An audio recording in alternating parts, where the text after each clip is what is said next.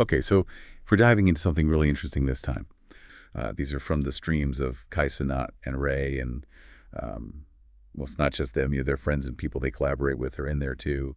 And Yeah, we're going beyond like the polished stuff, right? Like forget the highlight reels and the edited videos. We're getting into those raw, unfiltered interactions. I guess just those real moments, and I think that's what makes this so fascinating. Absolutely, because it gives us a chance to see the dynamics at play here. Like, what are the real friendships like in this world? How do they support each other? And what can these candid moments, those off-the-cuff things tell us about new beginnings, especially in the world of, online content creation? Like, how do these relationships form and evolve, especially when you're putting your life out there for everyone to see? It's like a window into their world, right? And one of the first things that just jumps out is this incredible moment where Kai surprises Ray.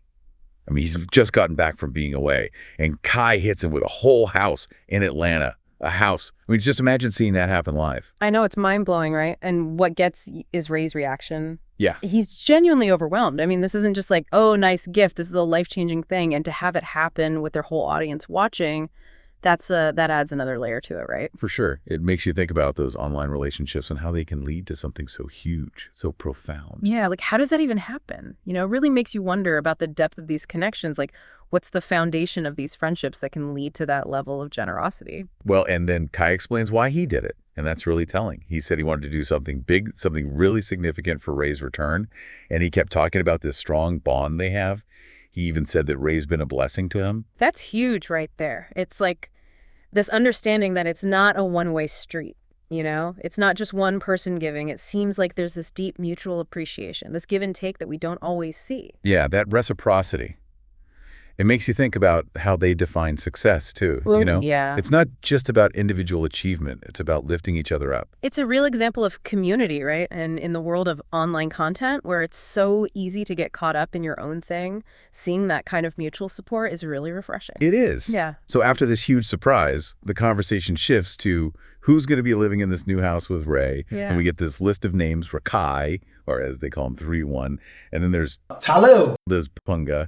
And Reggie sounds like a full house. Yeah, and it's interesting how they picked the roommates. It wasn't just random. Like with Rakai, Kai was very specific, good grades, a tutor for support, even talked to Rakai's mom. Wow, so there's like a mentorship aspect to this living situation. Well, it seems like it's not just a bunch of friends hanging out. It's about responsibility and guidance, too. And then they bring in who they basically say is there for adult supervision, which adds another layer of structure. It shows a real awareness of the challenges these young creators face, right? Yeah.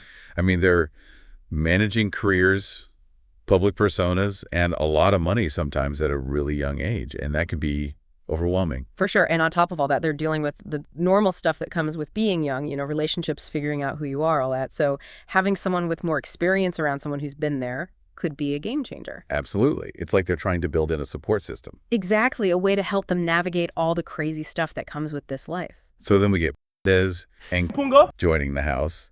And then, of course, you have the whole who gets what room situation. Yeah. They even talked about settling it with a basketball game. So relatable, right? Even with this insane situation, they're still dealing with the same stuff we all do, like roommate drama, but in a fun way. Exactly. Those little details make it so real. And then the final roommate, Reggie, that's from their Batman stuff, where Reggie makes those hilarious cameos. Oh, yeah, I've seen those hilarious. And Kai's really open about why he wants Reggie there. He says he believes in him, says he deserves this opportunity. It's another example of Kai using his platform to lift people up. Yeah. Right? He's not just talking about it. He's putting action behind his words. Yeah, and it speaks to this idea of a collective journey. They're all trying to succeed together, Their individual success is tied to each other's success. That's a powerful message. And then on top of everything else, Kai buys everyone brand new PCs. Like, come on, it's not just a little thing. No, that's a real investment in their futures. Yeah. It shows how much he believes in them, and it gives them the tools to actually create and grow their careers. It's like he's saying, look, I'm not just giving you a place to live. I'm giving you the means to build something. It's that next level of support. It's incredible.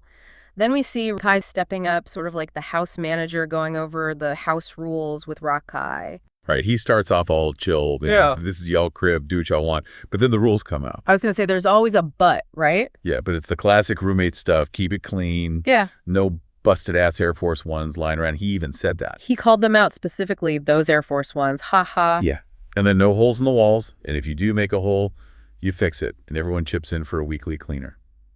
All very reasonable requests. I mean, who hasn't had those conversations with their roommates? Exactly. It's so relatable.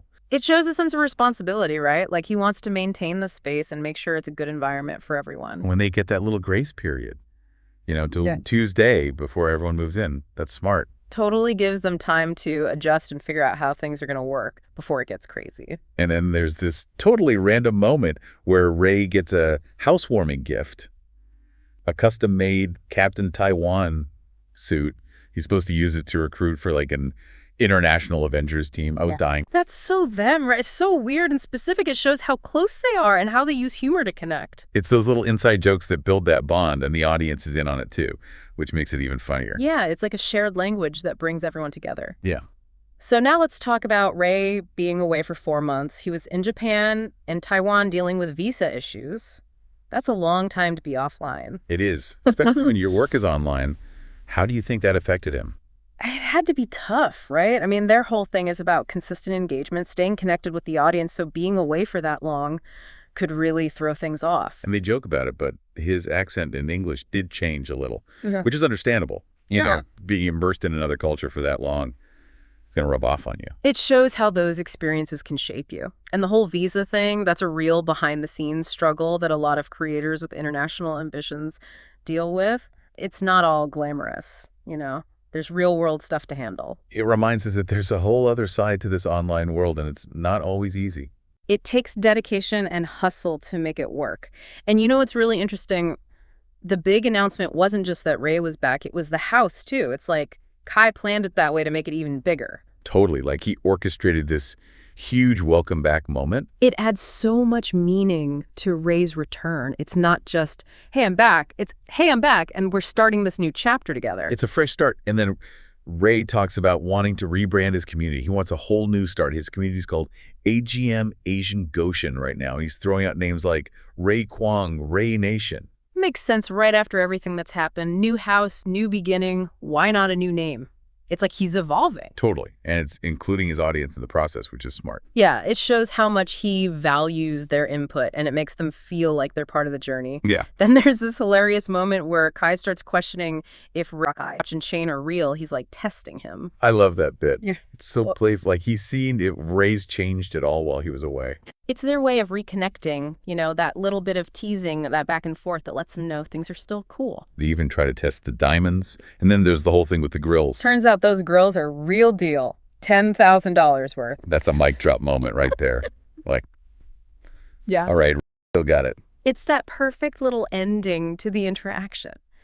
So as we wrap this up, what stands out to me is that incredible sense of camaraderie and generosity. It's not something you see every day. Especially not on this scale. I mean, giving someone a house that's next level, and it shows how much Kai values these friendships and how committed he is to creating opportunities for his people. Give us such a unique look at how online communities can create real bonds and support systems.